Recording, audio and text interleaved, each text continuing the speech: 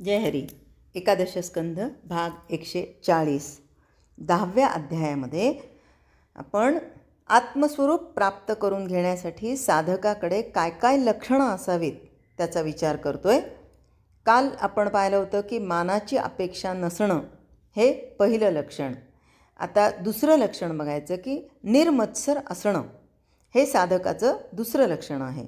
ज्या ठिकाणी ज्ञानाचा आणि कर्माचा अभिमान असतो त्या ठिकाणी आपापसात वैर माजवून मत्सर जगतो. ज्याला निर्मत्सर व्हायचं असेल त्यानं ज्ञानाचा अभिमान टाकून देणं जरूर आहे. विशेषतः पंडितांना मत्सराची बाधा फार असते आणि त्यापायी ते एकमेकांवर आरोप करून निंदा करतात. काय झालं, एकदा एका गावामध्ये ॲट ए टाईम 2 कीर्तनकार आल्या गेले.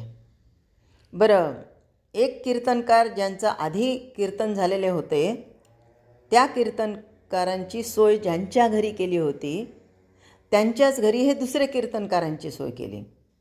तर पहिले कीर्तनकार ते म्हणाले की ते आलेत का म्हणे इथं. हो म्हणे. ते काय बैल आहे म्हणे, नंदी बैल गुबू गुबू, त्याला काय का अक्कल आहे म्हणे, त्याला काय कळतं. समोरचा श्रोता म्हणला की त्याला हो हो हो म्हणतो म्हणे, त्याला काय अक्कल आहे. बरं, आता ते जे यजमान होते ज्यांच्या घरी हे कीर्तनकार आलेले होते ते यजमान हुशार होते.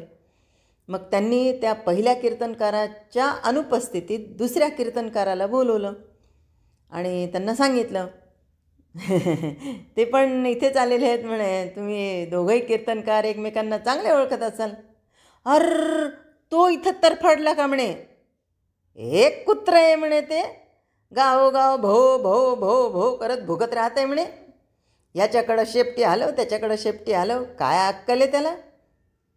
झालं. आता दोघांनाही नौकरांच्या हाताने निरोप पाठवले त्यांच्या खोलीमध्ये की म्हणे मालकाने तुम्हाला पाहुणचारासाठी बोलवलेलं आहे. यांना वाटलं वा वा वा, आपला पाहुणचार करतायत, अरे छान, किती छान. आता पाहुणचारासाठी बसवलं दोघांनी. एकाच्या तिथं फक्त कडबा ठेवला आणि एकाच्या ठिकाणावर म्हणजे जो दुसरा बसणार जेवायला त्या ठिकाणी हाडं ठेवले आणि म्हणे बसा जेवायला. म्हणे हे इथे कडबा जिथे ठेवला होता तिथे पहिल्या कीर्तनकाराला बसवलं आणि नाही, कडबा जिथे ठेवला होता तिथे दुसऱ्या कीर्तनकाराला बसवलं आणि हाडं जिथे ठेवले होते तिथे पहिल्या कीर्तनकाराला बसवलं. आणि ते बसल्यानंतर हां हे काय म्हणे, अहो नाही ही तुमची ओळख आहे म्हणे. असं कसं. अहो यांना बोललो तुमच्याबद्दल तर यांनी सांगितलं म्हणे बैल आहे. बैल काय खातो, चारा खातो. आणि तुम्हाला यांच्याबद्दल विचारलं तर तुम्ही सांगितलं म्हणे कुत्रं आहे, कुत्र्याला काय जास्त प्रिय आहे, हाडकं प्रिय आहे. तर हे काय आहे, हा मत्सरीपणा आहे. एक याच्याबद्दल त्याला मत्सर आणि त्याच्याबद्दल याला मत्सर. मग यांना खरे साधक म्हणता येतं का, नाही. आणि म्हणून काय होतं की ज्या ठिकाणी ज्ञानाचा आणि कर्माचा अभिमान असतो त्या ठिकाणी आपापसात वैर माजवून मत्सर जगतो. ज्याला निर्मत्सर व्हायचं असेल त्यानं ज्ञानाचा अभिमान टाकून देणं हे गरजेचं आहे. पण विशेषतः पंडितांना मत्सराची बाधा फार असते आणि त्यापायी ते एकमेकांवर आरोप आणि निंदा असं सातत्याने करतात. साधकाने खरोखर नेहमी मत्सर सोडूनच राहिलं पाहिजे. हे साध्य होण्यास त्यानं आपल्या चित्तात भगवंताची भावना भरून ठेवावी. चित्तात भरलेला भगवंत प्राणीमात्रांमध्ये दिसू लागला म्हणजे द्वेषाचं मूळ नाहीसं होतं. आपल्यामुळं किंवा आपल्या पुढं आलेला लाभ कुणी हिरावून नेला किंवा दुर्जनांनी भयंकर निंदा केली तरी साधकाच्या मनात द्वेष उत्पन्न होत नाही. जसं की नाथ महाराजांच्या अंगावर त्यांनी 108 वेळा गुळण्या केल्या पान खाऊन. त्यांनी याला वाईट अर्थाने घेतलं का, नाही. आणि संतांच्या चरित्रामध्ये असं असतं की त्या संतांना मला वाटतं मंबाजींनी तुकाराम महाराजांना शिवीगाळ केली, मारलं, मग लोक म्हणाले, अहो त्यांनी इतक्या शिव्या दिल्या, तुम्हाला काही हे नाही झालं का? ते म्हणाले, अहो त्यांनी दिल्या, पण मी घेतलंच नाही तर त्याला काय म्हणे, हे माझं रूपच नाही आहे, त्याच्यामुळे मी ते घेतलंच नाही. मग याच्याने काय होतं की मत्सरच निर्माण होत नाही, आणि मग चित्तामध्ये सातत्याने भगवंताची भावना असेल तर मग अशा प्रकारचा द्वेष निर्माण होत नाही. उलट निंदा करणारा आपलं पाप धुवून काढून आपली वृत्ती निर्मळ करतो, असं तो साधक समजतो. दक्षता किंवा सावधानता हे तिसरं लक्षण आहे. साधकाच्या जीवनात सावधानतेला अत्यंत महत्त्व आहे. जे की आपण एका दृष्टांतामध्ये पाहिलं होतं का मला आठवत नाही, पण आत्ता तो दृष्टांत आठवला म्हणून सांगते की सावधानता ही कशी असावी. की एका ऋषी मुनी तपस्वी होते, वयोवृद्ध झालेले होते. बहुतेक घेतला होता आपण हा दृष्टांत. तर ते खूप वयोवृद्ध झाले होते, आता शेवटची घटका मोजत होते, आणि एक कळवातीन म्हणजे नाचिन, कलावंतीन, काय कोणता शब्द घ्यायचा तो घ्या, तर त्या काळामध्ये काय म्हणायचे तिला, कळवातीन म्हणायचे, हे असं डान्स बारमध्ये डान्स करणाऱ्यांना. तर ती तिथे गेली आणि ती म्हणाली, मला बोलायचं आहे, महाराजांना बोलायचं आहे. तिला म्हणे, इतकी खालच्या दर्जाची तू इथे कशी येते? बरं, ती नुसतंच तेही नव्हतं, तर ती देहविक्रय पण करायची त्याच्याबरोबर. नाही म्हणे, तुला आतमध्ये जाता येणार नाही. ती म्हणाली, नाही, मी त्यांना स्पर्श करत नाही, मी दुरून बघते, दुरून बोलते, आणि एकच वाक्य बोलून बाहेर येते म्हणे. मग आता बाहेर गोंधळ झाला, अशा बाईला कसं आतमध्ये जाऊ द्यायचं? शेवटी ते स्वामींनी ऐकलं. ते म्हणे, काय रे एवढा गोंधळ कशाचा आहे? असं सांगितलं. ती बाई आली. ते म्हणे, येऊ द्या. बरं, ती खूप अधिकारी होती बरं का. जसं आपण शिवलीलामृतामध्ये महानंदेचा अधिकार बघतो ना, ती वेश्या असूनही भगवंताला तिच्यापर्यंत यावं असं तिची परीक्षा घ्यावी असं वाटलं. म्हणजे किती तिचं भाग्य, आणि ती किती पुण्यवान. त्याप्रमाणे ही होती. ही शेवटी आतमध्ये आली आणि ती फक्त एकच म्हणाली की शेवट सांभाळा, एवढं बोलली आणि निघून गेली. शेवटची घटिका सांभाळा.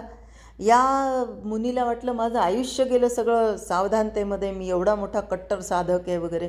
पण त्याचं असं झालं होतं की त्या स्वामींना कोणीतरी एक जणांनी पादुका आणून दिल्या होत्या चंदनाच्या, आणि सांगितलं होतं की या तुम्ही पायामध्ये घाला, खडावा, आणि त्यानंतर आम्ही मग त्याची पूजा करू. एकदा तुम्ही त्या खडावा पायामध्ये घाला.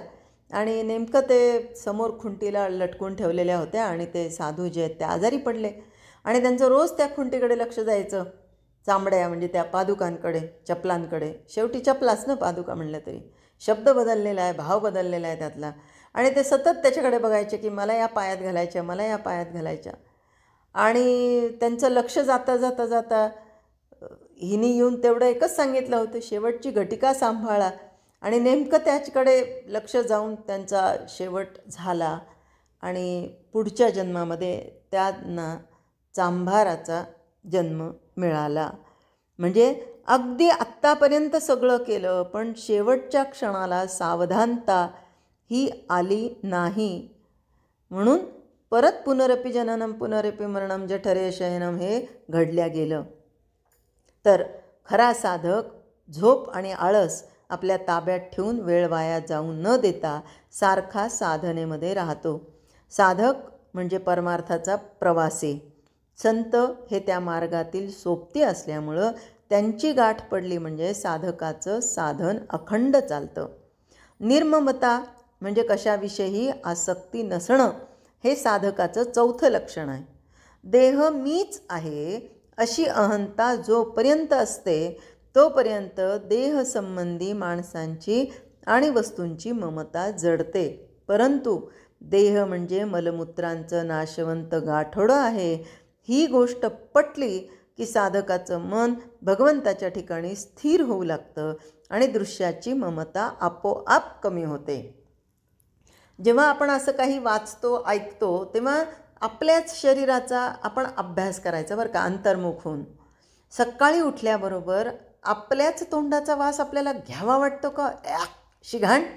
सकाळी आपल्या तोंडाचा वाससुद्धा आपल्याला घ्यावा वाटत नाही. उठल्याबरोबर पहिल्यांदा आपण ब्रश करतो. मग कितीही माझं तोंड सुंदर असू दे, कितीही स्किन छान असू दे, कितीही नाकेडोळे छान असू दे, पण आतमधून जे बाहेर येणारं आहे ते घाणच आहे की नाही. मग हा देह जो आहे, आता कितीही वेळ पाणी खूप पिलं आणि जेवण खूप केलं आणि तसंच 4-5 तास एकेच ठिकाणी बसून राहिलं तर काही त्रास होणार नाही का? होणारच.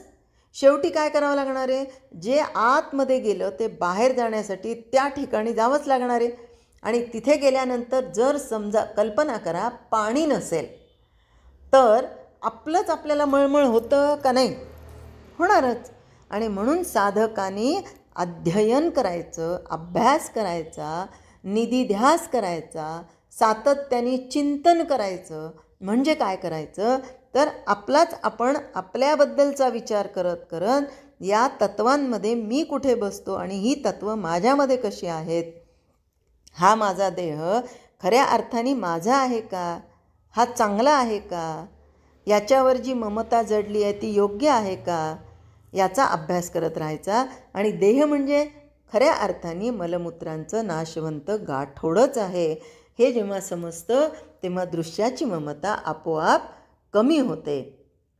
आणि सद्गुरूंबद्दल अत्यंत आपलेपणा असणं हा साधकाचा 5वा गुण नाथांनी इथे सांगितलेला आहे.